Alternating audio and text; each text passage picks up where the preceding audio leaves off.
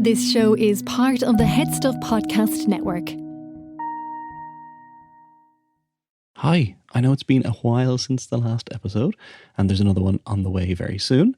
But in the meantime, I have something a little bit different, which I think you're really going to like. This is Words to That Effect and Spice Bags, a collaboration with a fantastic food podcast. I kind of feel like if you love a good book, you probably love good food too. And Spice Bags is a show I would highly recommend you check out if you do. So have a listen.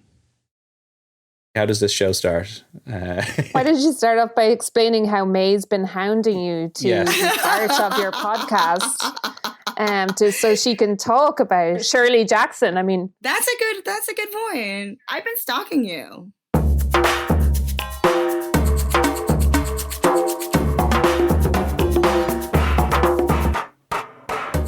So, welcome to Spice Bags and Words to That Effect together at last. We're here to talk about food and books in food and all sorts of other combinations. So for listeners of Spice Bags, I'm Connor Reid and I have a podcast called Words to That Effect. And for listeners of Words to That Effect, you guys are... We are Dee, May and Blanca. And we have a podcast called Spice Bags, which is where we chat about international cuisine from an Irish perspective. Yeah, so I think like my podcast is all about popular culture and food is a huge part of that. And your podcast, it talks about all sorts of different angles and aspects to food, and literature's got to be in there. So it's a good mix. So will we start with a quote from Fictitious Dishes, an album of literature's most memorable meals by the writer Dina Fried. So she says, reading and eating are natural companions, and they've got a lot in common. Reading is consumption. Eating is consumption. Both are comforting, nourishing, restorative, relaxing, and mostly enjoyable. They can energize you or put you to sleep. Heavy books and heavy meals both require a period of intense digestion. Just as reading great novels can transport you to another time and place, meals, good and bad ones alike, can conjure scenes very far away from your kitchen table. Some of my favourite meals convey stories of origin and tradition. As a voracious reader, I devour my favourite books. It's great. I love that quote. Yeah. I agree, and I think often when I'm thinking about a food, I think what novel can I associate with that, right? And that's like a big thing, right? It's like if you're having a clam chowder, it's like, okay, so when was the last time I read a novel in which there was clam chowder? And then that also takes you back to that personal space where you were like, oh, I was reading, gosh, I'm trying to remember a novel about clam chowder. This is a bad example. I'm like, I was like, okay, fried catfish, like in Huckleberry Finn. When was the first time that I read, fried catfish and Huckleberry Finn, and like how old was I? Like what was going on around me? So it's this like big thing that you just basically are unpacking a lot when you put books and food together. Yeah.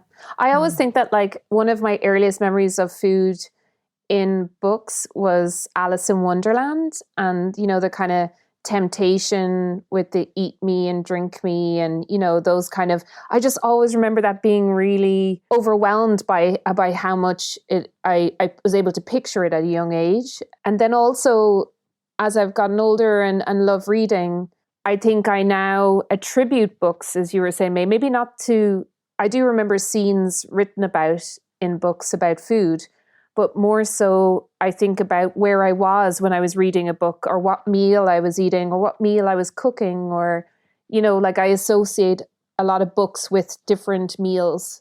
I don't know if people do that. Yeah, I think that there's definitely that idea that both reading and eating are very much things that put you in a place immediately. That sort of the way that like smell can do that so powerfully and things like that, and both good and bad. There's that really strong association of where you were when you read a book, what sort of mental place you were in, how you felt, how it made you feel, both the book itself and the world around you. And that is there with food a lot as well. I do actually want to say something, and I have very much Dee's memories of Alice in Wonderland, but Lewis Carroll didn't like eating. Like, he was kind of disgusted by the whole thing. Oh. He would just eat a couple of dry biscuits, but he knew to pander to his child audience that he had to put food in, because he realized that children would only be seduced by what he would present to them if he had food. Yeah, I didn't know Children that. on their pesky insistence on eating food. Yeah. But it's interesting that he could write about food in that way, even though he didn't take pleasure from it himself. I mean, that's really interesting. I sometimes even think about that with food writers, how people, are critics, who maybe don't like, how they have to be objective. And if they don't like certain ingredients, they still have to comment on them objectively and eat them, even though they don't like them. I kind of find that quite interesting, how you can write about food in such a nice way, but not actually have a taste for it. Yeah, because you kind of always assume, or at least I would always assume, that a writer writing really passionately about food, or like who has a character who really likes food, is almost certainly a writer who really likes food, in the way that you wouldn't assume that for other things necessarily, that the main character's attributes are, reflected in the person writing it. But as with Lewis Carroll, maybe that's not the case at all. Maybe it's just... Well, I was going to say there's a lot of great writers who write about food with like maybe eating disorders, who struggle with their weight. Yeah. So this deprivation thing. And so these food, like these feasts that you create in your head, and they are, in many ways so much more palpable and decadent than anything you can taste. Like what would you want to be eating if you were not depriving yourself right now? And that, I feel like, is like very much part of the, writers who can convey food exquisitely. It's a little dark, but Yeah. It's funny how Dee was saying her first memory. My first memory is my dad reading like this 16th century book, The Swindler. And there's a scene, I'll read you a little passage later, where the boy goes to a dorm and there's no food. There's in the dormitory in the university.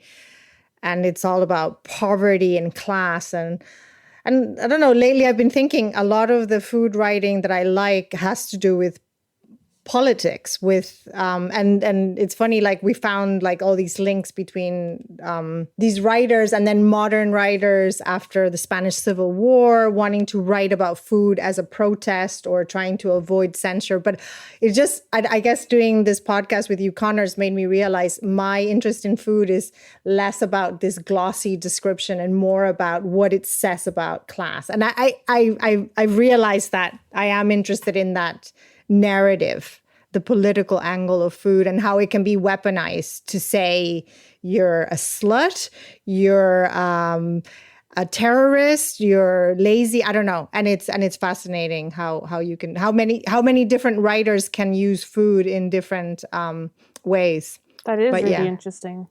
Yeah. But also frequently with humor, like brutal humor. Oh, yeah. Brutal humor, but humor.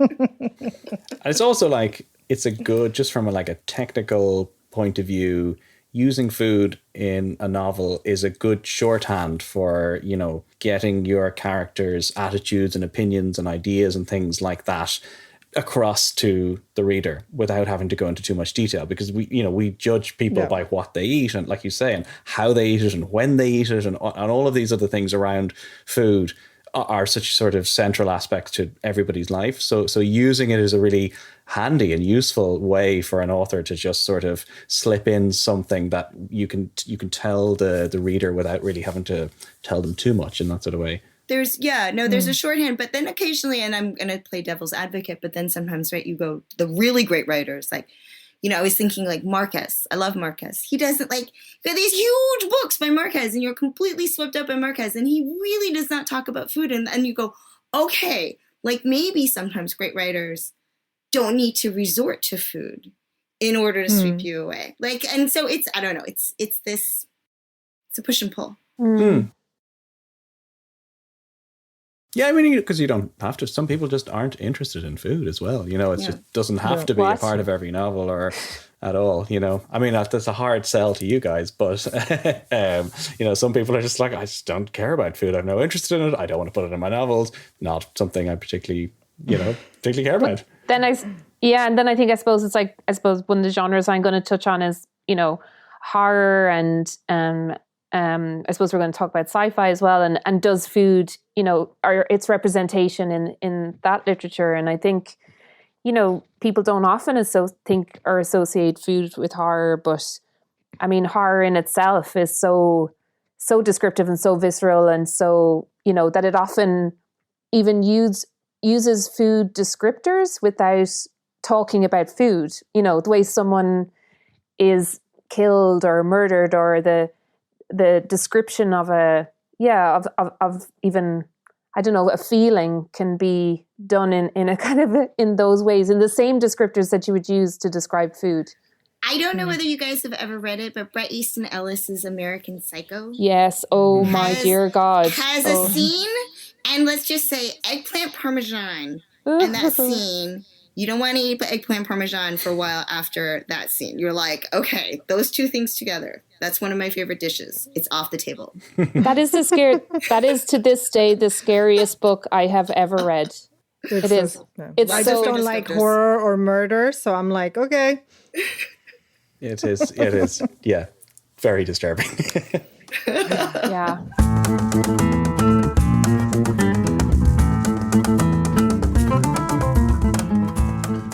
Aperitivo. What I wanted to mention, May and I had a discussion about this. As you know, because you're Westerners, May isn't, that the novel was invented by Cervantes, and the Quixote was the first novel. In the Western world, May's already getting like, ugh. But you have to remember, at this point in time, Spain was a huge empire. They had land, they owned Holland, parts of Italy. They had a lot of money, obviously, that we brought from the Americas that we stole. So there were a lot of probably rich people, noblemen who could write books, who had, the income to just dedicate. Like most of these writers were people who had money. But one of my favorite novels is called El Buscón Don Pablos. And like I said, this is a book that you read in Spain in school. It's a very famous book, but it's a very loved book because the satire of this society it's just brutal and picaresque novel. So there's two novels, Lazarillo de Tormes, which is a little boy, and it's an anonymous novel. And then there's The Swindler, and they're about people who are poor, who are trying to get by to the next step in society, but they're always pushed back down. And there's so many scenes about food because obviously they were hungry and they needed to eat. So there's a scene, Lazarillo works for a man who's blind. He's a helper. So his mom basically gives him up to work for somebody who's blind, and they never see each other again. And he's always stealing food from the blind man. He's like sticking his straw in his wine or stealing things, but he always gets caught. And there's a scene where he gets like hit with this wine cup, and he breaks the blind man breaks all his teeth. And it was just, you read that and you're like, oh. So anyway, and then in The Swindler, it's a man who, comes from a low-class background. The writer Quevedo was obviously in the nobility, and he was ambivalent, I think, about people climbing the social ladder. But he goes to this dormitory, and the food they serve is absolutely ridiculous. So I'll read you a little bit about it. Then came an infinite meal, by which I mean it had no beginning and no end. They brought little wooden bowls of a soup so clear that if Narcissus had drunk it, he would have fallen in quicker than into the pool. With a pain in my chest, I saw the lean fingers paddling after one lone orphan chickpea at the bottom of the bowl. After each sip, Dr. Goat says, yes, they can say what they like, but there's nothing like soup. All the rest is luxury and greed. So the whole novel, all the food scenes are described like that. And I just found it as a little girl just so shocking that, people would be fighting over a chickpea, or the food they would eat would be stuck in their nails because there was no food. So this is just I would say for anybody interested in Spanish culture and food, and definitely a classic to read. And it's amazing how to this day, it's such an easy novel to read. That was what I was actually saying to Blanca this morning, because I was reading it and I said, hold on. Like, my memory of Cervantes is that, like, he was much harder. Like, did I have, like, I was like, can I just jump into Don Quixote? And I was like, these are so easy and so accessible and so funny. But I would say that The Swindler maybe has so many puns that don't translate so well, but it is like, it's just a riot. It's a riot. Yeah. It's a real riot. And I mean, but then, and like there's cannibalism if we wanted, like there was like potential cannibalism if we wanted to talk about that. But I was like, Blanca, what is this pie that you keep talking about? Like if they like, anyway, but I won't, because the main character from The Swindler is the son of an executioner and a witch who may be Jewish. Who may be Moorish. So in Spain at this time, we had the Inquisition. So you had to pretend you were a Christian, because if not, you could end up in front of an Inquisition tribunal. So I think, I would say this is a novel that I would definitely recommend that people read if they're interested in Spain in general, because even though it sounds like, why am I going to read a novel from whatever the 16th century? It's still the critique of the society. You could write a novel like this right now and criticize Irish society or any society, American society. And he's just a wonderful writer. He only wrote one novel. He was a poet, but this novel has obviously stood the test of time and has been very influential. So was this was the one you said your dad read to you as a kid, or Yes. So like it is a novel that's sort of suitable for all ages type thing, or is it just that you had He's like, no. Cannibalism, execution, the normal kids themes. Blanca, like so there's this whole thing where, the father is executed by the uncle. He like both of them are executioners. And the uncle says, I hanged him and he hung very well. And then I quartered him and I put him like at the crossroads. And there's this whole thing that they talk about. Hold on. The pies. That children's story. The pies, right? No. I mean, this is something that my mother would have probably had me. I think my dad read selected parts from the book. Let's just say that.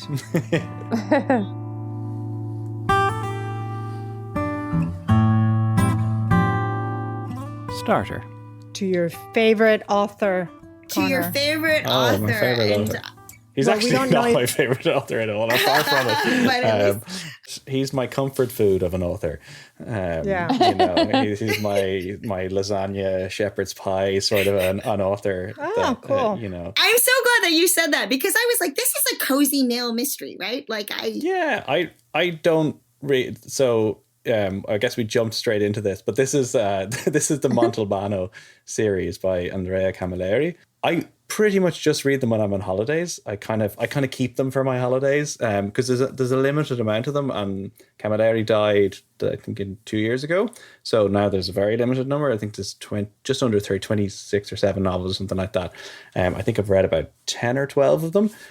They're so easy to read, and obviously they're just like page turners, and they're very comforting in that sort of, much like plenty of detective novels are, but they're also funny, and I think they're very clever at times. They're also they just sweep you up in this world of Sicily.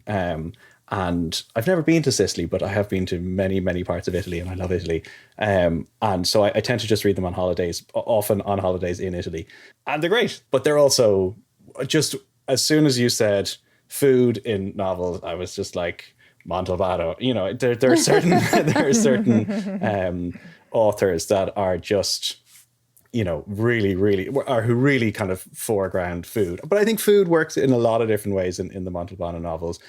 So for anybody who hasn't read them, they're a series of novels. They take place in a fictional town of Vigata in Sicily, which isn't a real town, but there's kind of a town that's very like it there. It's all kind of very loosely based on different parts of Sicily. And I think in the British versions, he's Inspector Montalbano or he's Detective Montalbano.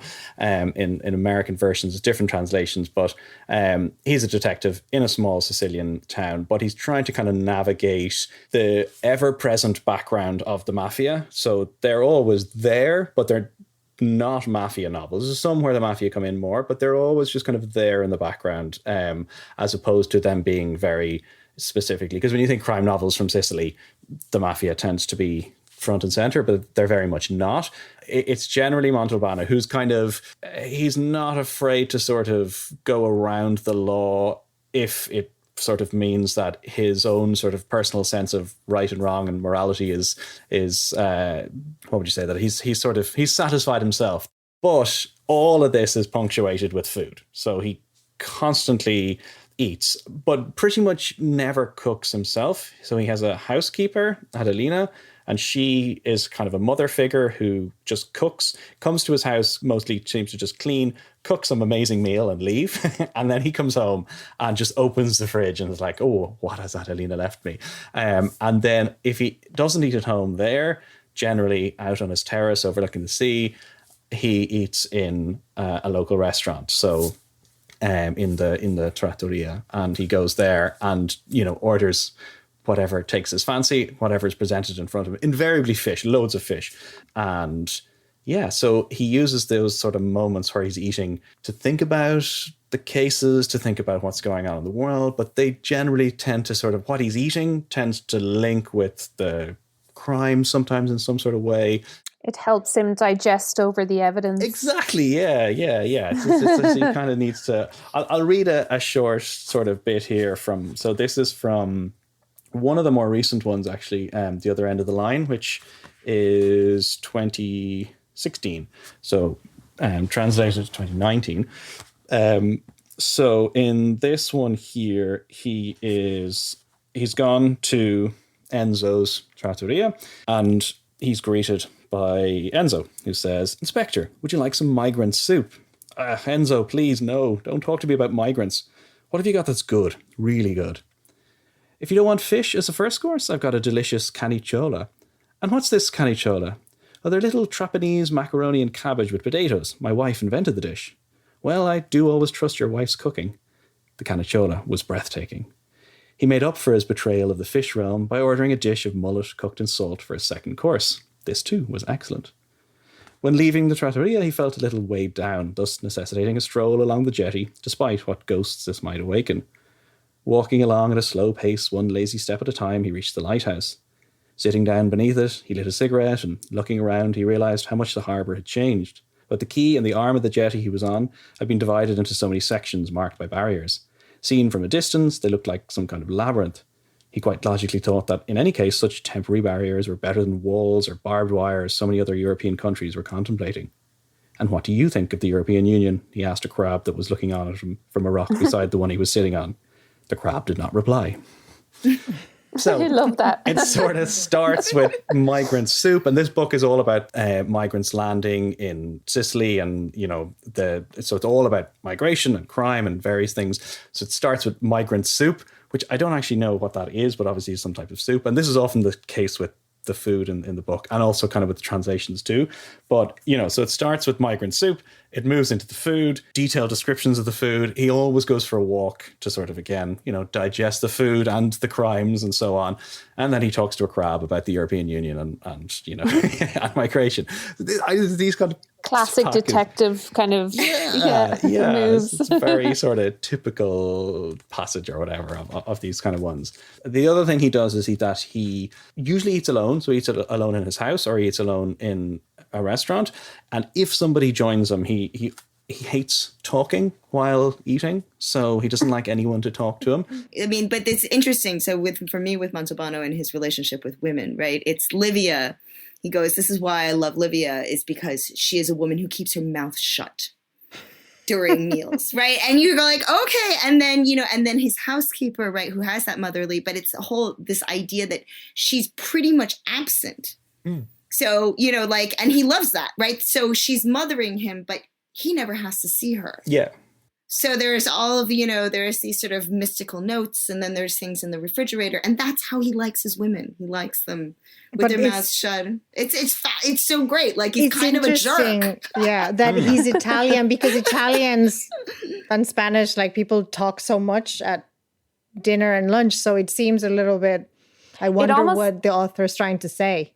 Yeah, it almost reminds me more of, like, you could be describing Sherlock Holmes or something, like, I feel like he always ate alone, or Poirot as well. I don't know, maybe it's a detective thing that they just like to, mull over the case while they eat alone. They don't like anyone to disturb them, because they're actually as they're eating and literally digesting, they're also going over the case and everything. It's that clarity of mind, and they just can't have anyone interrupt. Poirot actually enjoyed having company when he ate. But I think that's because, I was like a real like Agatha Christie fan. He likes to introduce his coarse English friends to a civilized way of dining. So they sit and they eat, and he orders it perfectly, and then he drinks something like really disgustingly sweet, while like an inspector like will nurse a beer, and then they talk about the case. But he was obsessed about the kind of symmetry of the table and the cutlery and all that kind of things, wasn't he? Yeah. Yes, exactly. Just a meal well done. Yes. Can I say, Connor, I think you're going to have to come to Madrid with me soon, but one very trendy thing that happens in Madrid these days is they have Montalbano dinners. And I'm looking at one right now that is dedicated to Adelina. Yeah. So there's a couple of entrepreneurs in Madrid who own Italian restaurants who are doing these dinners. Nice, yeah. Because I should say as well, it's an Italian TV series on Rai, and it's also then it was shown on BBC4, and I think it's been. I mean, the books are translated into dozens of languages. Huge bestsellers, and I'm sure there must be a film version in the works at some point or whatever. There always is, and so obviously in Madrid there's loads of tours of Sicily where you can go to all of the places in inverted commas the book, even though none of them are quite where they are, but a bit like you can see Game of Thrones in Northern Ireland or whatever. If you go to Sicily, you're going to have to do that. I will. Yeah, no. Yeah. They give you sort of an insight, I think, into like the food aspects give you an insight into the character, but into quite a lot of other things as well. They're really, really sort of integral part of the books, the series like that. Yes, but because I'm reading Montalbano, I'm just, like I said, I'm craving clams all the time and sardines. So this is like, just be warned. It's funny as well, like, because earlier on you were kind of, I think you were saying, like you read it and then you want to make it or whatever. I think that's probably not the case for a lot of people, in that it's just this sort of atmosphere that washes over you, that the words used, a lot of the time you'd have no idea what the food is. Even a lot of Italians wouldn't have any idea what the food is, because they're very specific to Sicily. And the books are also written in this kind of Sicilian Italian type of hybrid. Like they're written in Italian, but the characters speak in sort of Sicilian dialect in a way that makes them still accessible to all Italian speakers, but they tend to immediately revert to Sicilian when they talk about food and things like that. But Connor, like, if you have, someone going, if you have Montalbano eating a pasta nasciata, which I've never heard of it, and which he describes as a dish worthy of Olympus. Do you not want to know what that pasta nasciata is?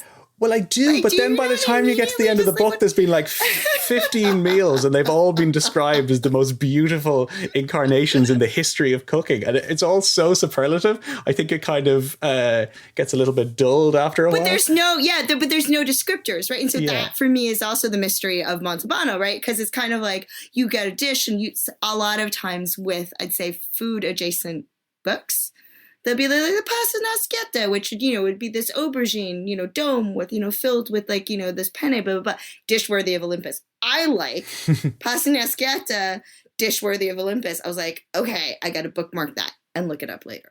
May like describing things in a lot of detail because she's a very good writer. So she doesn't need photos. You don't need photos when May writes. It's like very descriptive. Just to interrupt the show very quickly, before we go any further, we should mention, of course, that both our shows are part of the Head Stuff Podcast Network. And if you'd like to support our shows, you can sign up to become a member of Head Stuff Plus. So for just €5 a month, you'll get behind-the-scenes access and lots of bonus content, not only from Spice Bags and WTTE, but also for all the shows on the network. So for all the details, go to headstuffpodcasts.com. So that's headstuffpodcasts.com.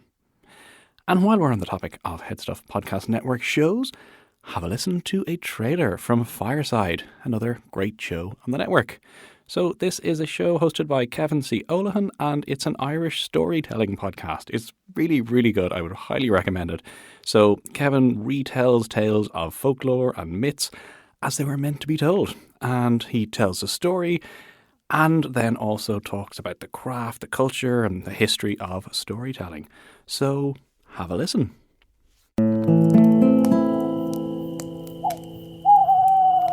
Once upon a time. Fireside is the Irish storytelling podcast. Every week we breathe new life into old stories from folklore and mythology, from the mysterious landing of the old Celtic gods to the epic wars fought by Cuchulainn and Queen Maeve, right down to the petty squabbles between headstrong mortals and roguish fairies. We already have a huge collection available with a new episode every Wednesday. This is not just a podcast for folklore fiends, but for anyone who enjoys a good story. And who doesn't love a good story? My name is Kevin C. O'Lahan, and I am your host and your fireside bard. Wherever you are in the world, you can always join me by the fireside.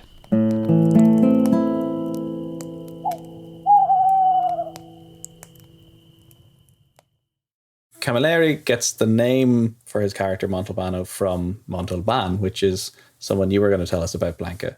Camilleri was influenced by the Spanish writer Vázquez Montalbán, who created in the 70s this character, Carballo, Pepe Carballo, who is also a detective like Montalbano, but a very dark ex-CIA agent from Galicia that lives in Barcelona. And he's a very iconic detective in Spain. And obviously these novels have been translated into many languages. This is a very successful writer, but also he was a gastronomic writer and a communist and an essayist and a poet. But he wrote a lot of books about Carballo's gastronomic pursuits. So there's like 10 volumes, and I have those books, but I've never read the detective stories. So, but I know a lot about Carballo and what he ate and what he didn't eat and his like romances. And the most interesting thing about this writer, who is, you know, in Spain, if you want to be a poser, you need to know about this writer, Vázquez Montalbán. It's like, if you don't, you're like a total loser.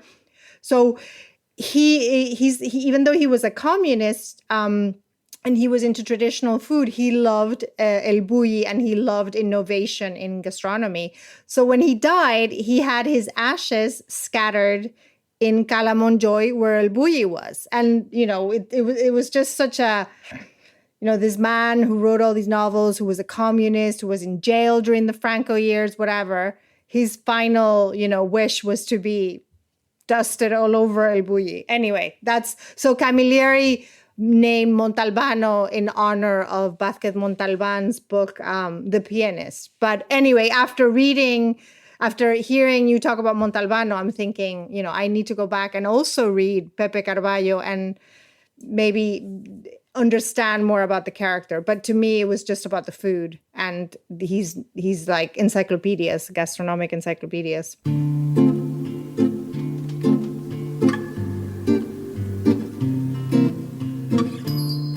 Main course. Haruki Murakami is the most popular Japanese author outside of Japan. He's not really, I mean, he's liked in his own country, but he's definitely liked much more outside of his country. But speaking of a food thing, his Japanese critics call him bakakuzai, which means stinking of butter, which implies that he is too Western. But I like the whole butter thing because I was like thinking of Murakami and food, and I was like, oh, this is an interesting fact about him. I think that Murakami is an interesting segue from Montalbano because a lot of his characters are these sort of lone gumshoe types. And what orients them, like Montalbano, is a love of books, a love of music, and a very specific love of food. And so what Murakami does, I suppose he's magic realism, but then he's also rooted in that detective genre.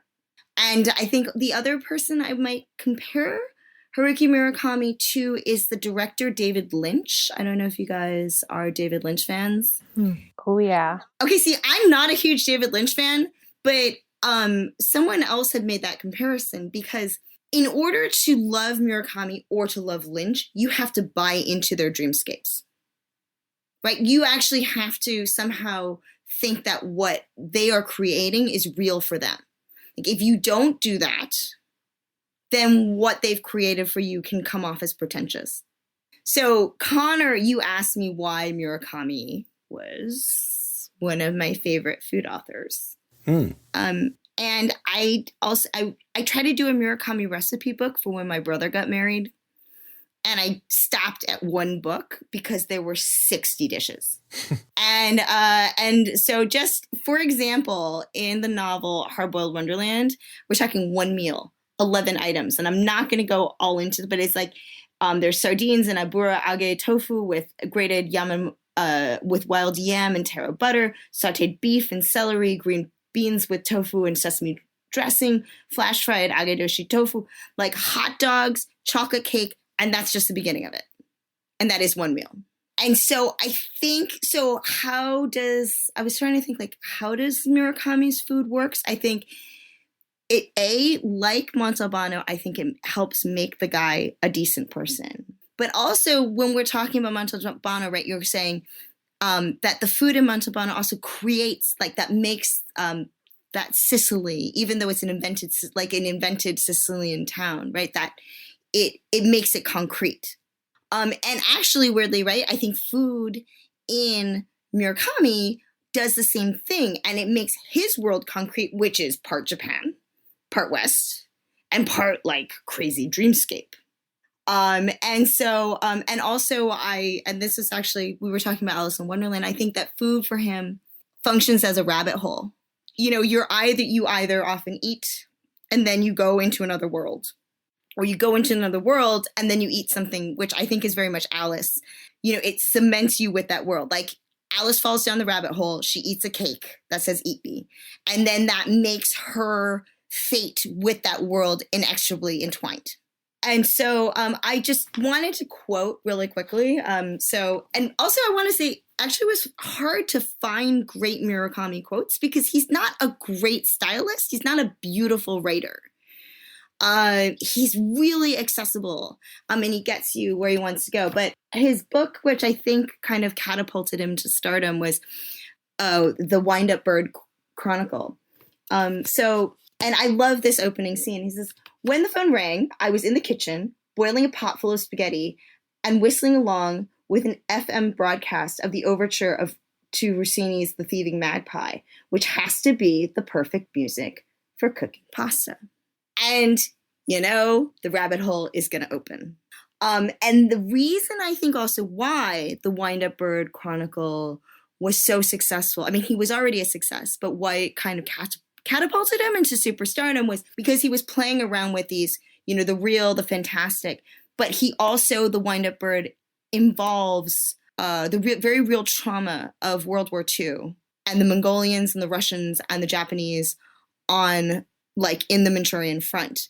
And this is again a food quote, and it's one of the most jarring. So the Japanese soldiers are being tortured by a Russian with the Mongolian soldier. To them, and he's referring to the Mongolians, says the Russian, "An excellent slaughter is like an excellent meal. The longer they take with their preparations, the more enjoyment they derive from the act. I want you to look at this knife closely. It is a very special knife, designed for skinning, and is extraordinarily well made. They can take a man's skin off the way you'd peel a peach." So I don't want to... Nice. Yeah. And so he uses like food in, different ways. Well, that goes back to what you were saying, Dee, about food and horror and food descriptors and comparisons for very horrific things. I actually realized as well that food in horror is almost as some ways can be used in the same, like it's as detrimental to a character as having sex in horror. It's like, can sometimes be the end. It can symbolize the end. Like there's a lot of characters who, you'll see them, especially with meat, right? Especially, I don't know, it's like sometimes, I know it sounds funny, like vegetarians are safe, but if you're eating a piece of meat in horror, you're screwed. Especially if you're blonde eating a piece of meat. Oh, and you just had sex. Yeah, yeah. So it is that thing of, I suppose, in horror that there's a lot of famous scenes and things that are people have just, sat down to a meal, or they're eating something, they've gone downstairs for a midnight snack, in the fridge or something, and, something happens to them, they hallucinate or they see, or something horrific is visited upon them. And I suppose my relationship with horror didn't start with literature, but started with movies when I was growing up, and then going on to read a lot of the books of my favorite horror films. So things like Poltergeist and, that has so many amazing food scenes in it. But then going on to read a lot of Stephen King and Neil Gaiman, and, where their worlds are just so, and their books are just so elaborate, and how then food it becomes different. It's used in different ways in terms of it's not only used to signify something's about to happen, but also in some books, you become the food as well, in horror as well, like the victims become food as well, or something to that effect. So I think it's just food in horror is actually probably the most intertwined out of a lot of genres. Because it's used so much.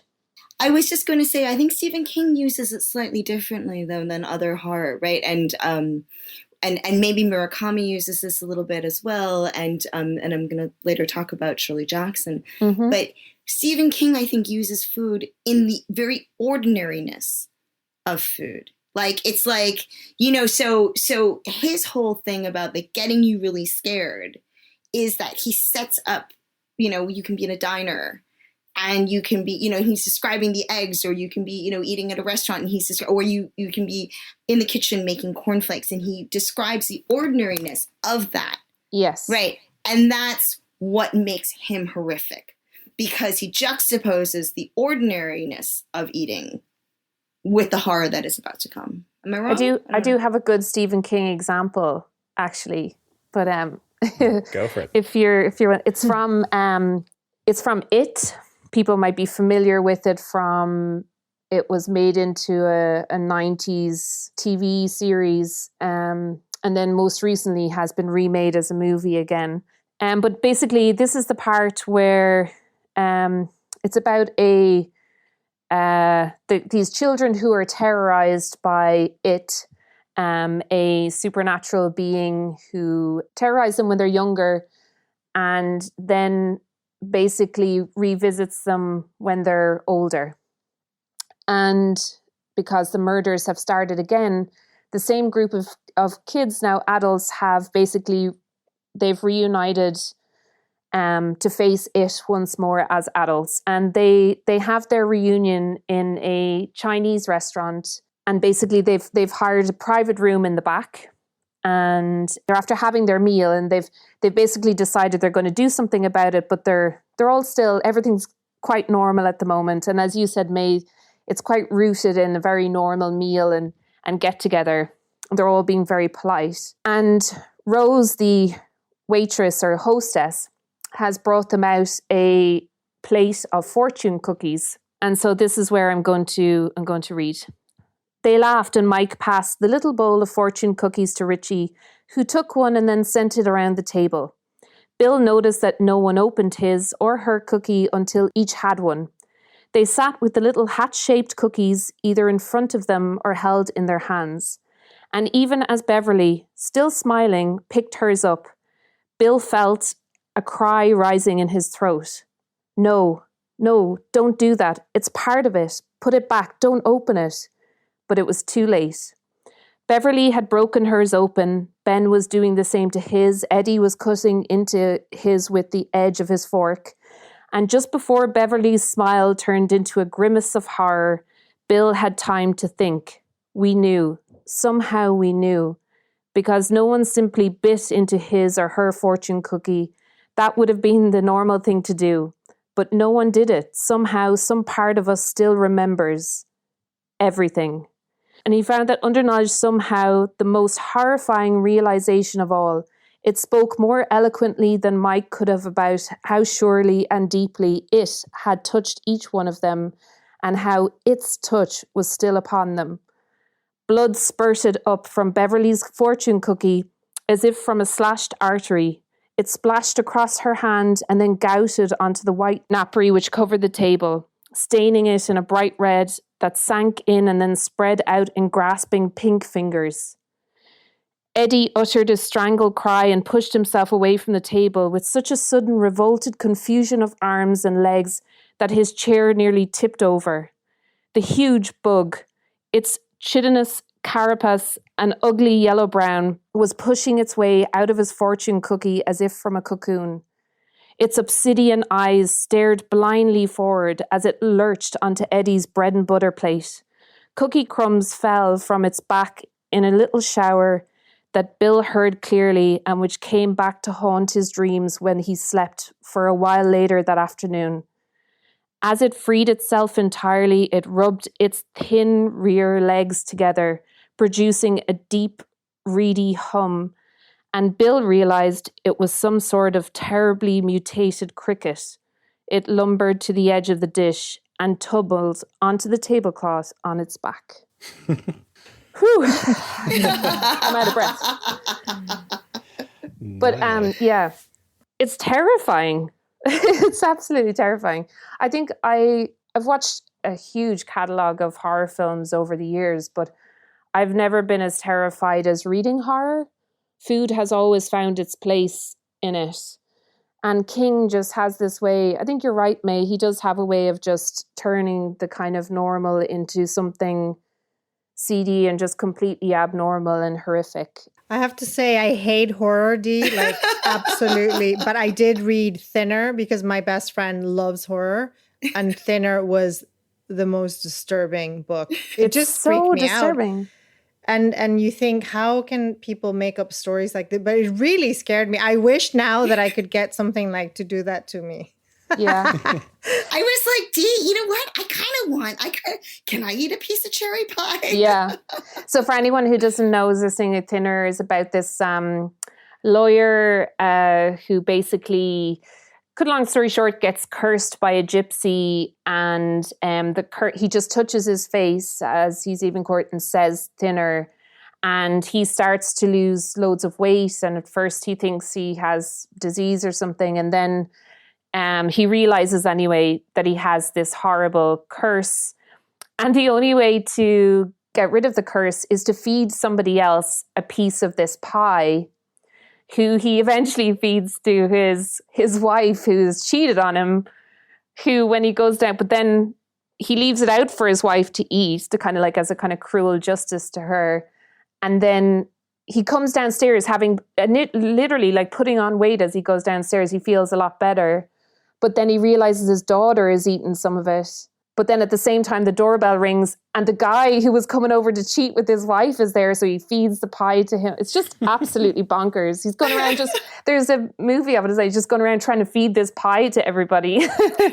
Because like food is, if you want to engineer revulsion, it's like food is a easy way to do that, because we have such strong opinions about food and we have such strong ideas. And, even things like, insects and stuff like that being revolting and disgusting to some people, but then to others and in other cultures, that's not particularly weird. Eating a cricket, for example, or having a cricket on your plate isn't weird or unusual. It's just normal. And then, you know, whereas for others, then it's just this like, the insects is disgusting or whatever. You know, these really kind of primal emotions that are such a part of horror in particular. Or to signal that something's about to go down, you know? Like he put, like, you know, don't like open something the like, fortune cookie. yes. Or he slowly placed the knife on his plate, you know, this kind of thing. Yeah. Do I have time to talk a little bit about one of Stephen King's big heroes? Go on, why don't you get her in He's there? been studying really hard for this exam. I was like, why did I do Murakami before Shirley Jackson? And I know. Shirley Jackson gets booted aside because Shirley Jackson, her dates are 1916 to 1965. And she is an American writer. And why is she a hero of Stephen King's? He thinks that she is probably the best craftsman, and he says it over again. He thinks that she is the most taught stylist. I mean, she's very revered among a lot of writers. Yeah, she's kind of that M.R. James, Lovecraft, in that, you know, that she is a brilliant writer and yet also spooky. One of the other reasons why I love Shirley Jackson is particularly, I think, relevant to the pandemic right now, because most of Shirley Jackson's really spooky books happen in one house where it is a group of people being isolated, but not like but over a period of time. And I think one of the tips that Stephen King takes from Shirley Jackson, it's what builds the dread is the everyday housekeeping and the everyday meals. And so I just wanted to read you a segment from one of my favorite Shirley Jackson books, which is called We Have Always Lived in the Castle. And it's about two sisters, one of them who has poisoned the rest of the family. The neighbors ostracize them because they are both rich and, you know, damaged. So every time they try to go into the village, they have things thrown at them. So it's this thing of like the rural life as well. But the first quote is, "We eat the year away. We eat the spring and the summer and the fall. We wait for something to grow and then we eat it." And then when describing what happens when when one of the sisters poisons the family, that they eat spring lamb roasted with a mint jelly made from Constance garden mint. Spring potatoes, new peas, a salad, again from Constance garden, and then the family dies from arsenic in the blackberries. But it's like Simon Hopkinson. Like, if you didn't know that this is, you know, this crazy book about two, you know, bonkers sisters and there's arsenic in the blackberries, it could be a Simon Hopkinson, right? Like, it's like this, you know, and there's so much love and dedication to what she has as the details.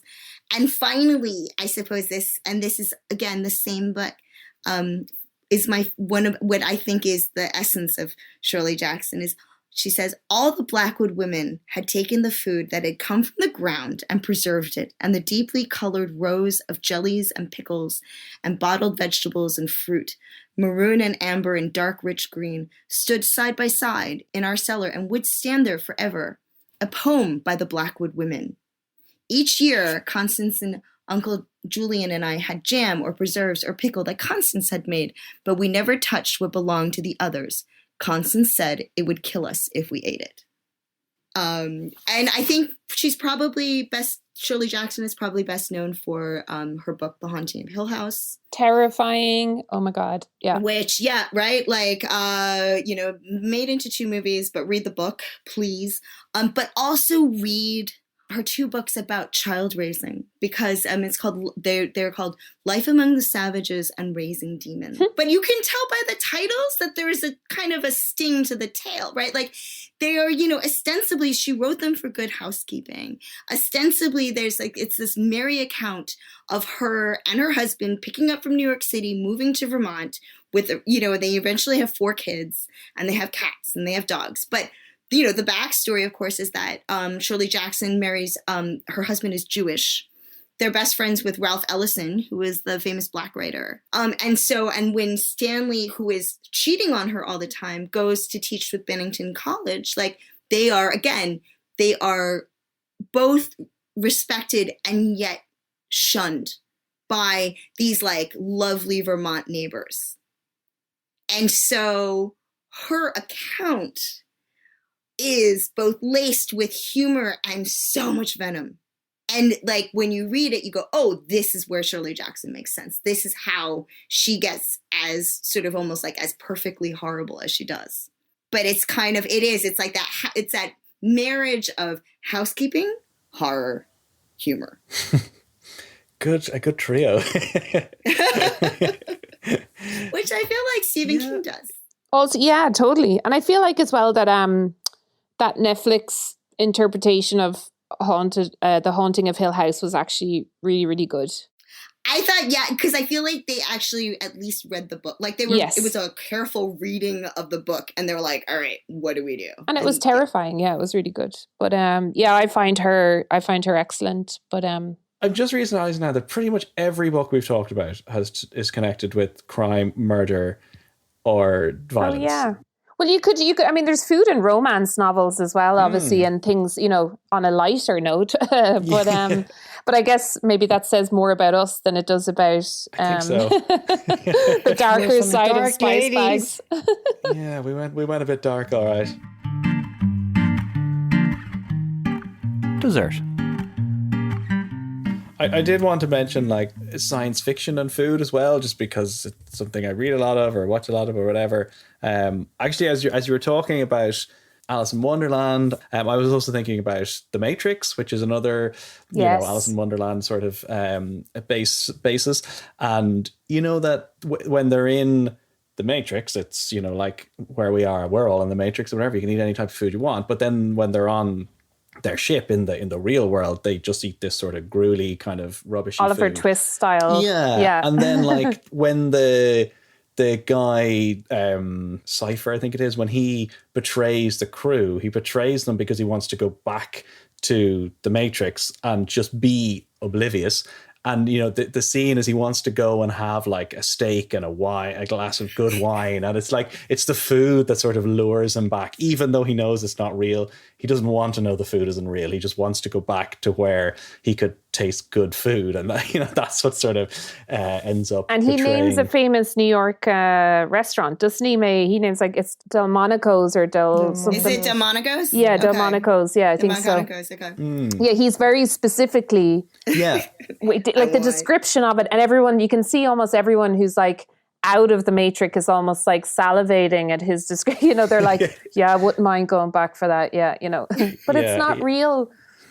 Yeah. So it's like betray humanity for a really good steak and a glass of wine, But because I was kind of thinking that maybe unlike horror, food is often quite absent from science fiction. It's either absent as a sort of an oversight, or the author just isn't particularly interested, or it's like absent by design, in that a lot of science fiction stories and films and so on, food is made more or less redundant. It's either reduced to like a pill or a protein bar, or it's something where food is incredibly utilitarian, partly, I guess, to do with sort of space science fiction, where it's connected with astronauts' foods and various things like that. But even on other types of science fiction, nothing to do with space or traveling to other planets or anything like that.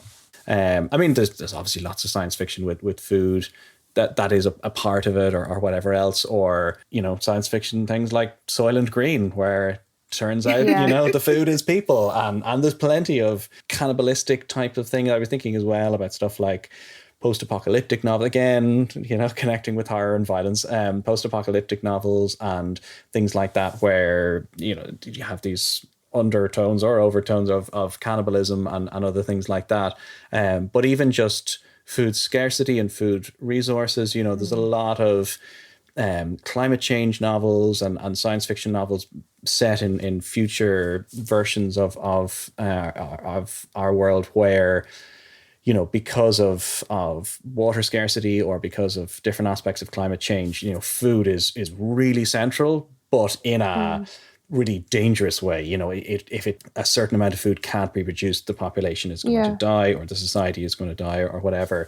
I think Margaret Atwood really deals with that in Handmaid's Tale, like, in terms of how the climate is destroying the planet and how food becomes such an asset in Gilead, you know, and how they're left with just kind of basic ingredients, and even growing food and things like that becomes such a struggle. And I'm gonna sound so shallow, but like something like Hunger Games, like yeah, there's an aspect, right? I think with certain sci-fi in where people are Robinson Crusoeing it, right? Like I think like with some YA zombie stuff that I've read, but you know, definitely Hunger Games, right? It's that, what do we do? Like we have, you know, what do you do when you shoot a squirrel and you can make a fire and then you can find these spices? And so there's actually like there's I think a certain genre which is kind of like Robinson Crusoe, Swiss Family Robinson. Like how do you make do? Like, and there's almost a sense of adventure about creating a meal, even though you think you're probably going to die. Digestivo. I feel like I can't end this episode though, Connor, without bringing up Hannibal Lecter. I feel like I'd be doing the horror literature world an injustice without bringing up one of our favourite characters who is synonymous with food, shall we say, and horror. The famous cannibal put into literature by Thomas Harris in his books. And I suppose people would probably have seen maybe Silence of the Lambs more than maybe read the books. But there is a famous quote from Silence of the Lambs from Hannibal Lecter, which is has been actually, it's actually changed for the film. So I just thought it might be nice to finish on it. And the explanation of it, just because it's quite funny. So Hannibal Lecter, when he's imprisoned and he's asked about, he's been quizzed by Clarice, and he says, I'm not going to do this justice because like all I can picture is just Anthony Hopkins in my head, but I'm just going to read it normally. A census taker tried to quantify me once. I ate his liver with some fava beans and a big Amarone. Go back to school, starling, little starling. So that's the quote. That's which, not Chianti. And I did, yes, and I didn't do the, the fava beans as Hopkins made it famous. But so basically they changed it to Chianti in the film, which was basically because the film producers thought that Chianti was a more recognizable red wine than Amarone. They felt it just wouldn't capture people's attention. But actually, when you look at the book, the reason they used Amarone was because the word Amaro means bitter, also kind of ties into kind of eating people, I suppose, or drinking, or that Hannibal Lecter was a bitter person. But also it's more alcoholic red wine. The alcoholic content in it would be a lot higher. So it actually would work, like in terms of food and wine pairing, that wine would actually pair better with the liver than Chianti. But yes, but the in-joke is that the reason he says this is a kind of a medical joke, because obviously he was Dr. Hannibal Lecter. And they reckon that he was in the asylum, the mental hospital at this point, and he was being treated there. And they think, I just have to look this up, he would have been on a set of drugs called monoamine oxidase inhibitors, or MAOIs, which may have been used to treat him. And the three things you're not allowed to eat or take while you're on those are liver, beans, and wine. They're the three things that you need to avoid when you're on those. So they think that actually Thomas Harris had written that into the book as a kind of a medical joke. So that's just real nerdy bit of knowledge there. Wow. And this is our digestivo part of the evening. And you Amaro is what you have. Amarone. Yes. And now we're all going to drink a glass of Amarone. That sounds like an excellent idea.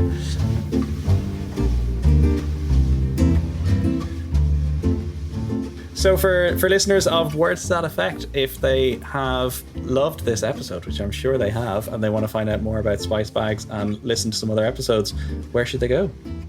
So we are Spice Bags, and we're on obviously the Head Stuff Network website, for which you can find all our back catalogue of episodes there and some extra bonus material. You can also find us on Instagram, Facebook and Twitter at SpiceBagsPod. And you can also check out our website at spicebags.ie.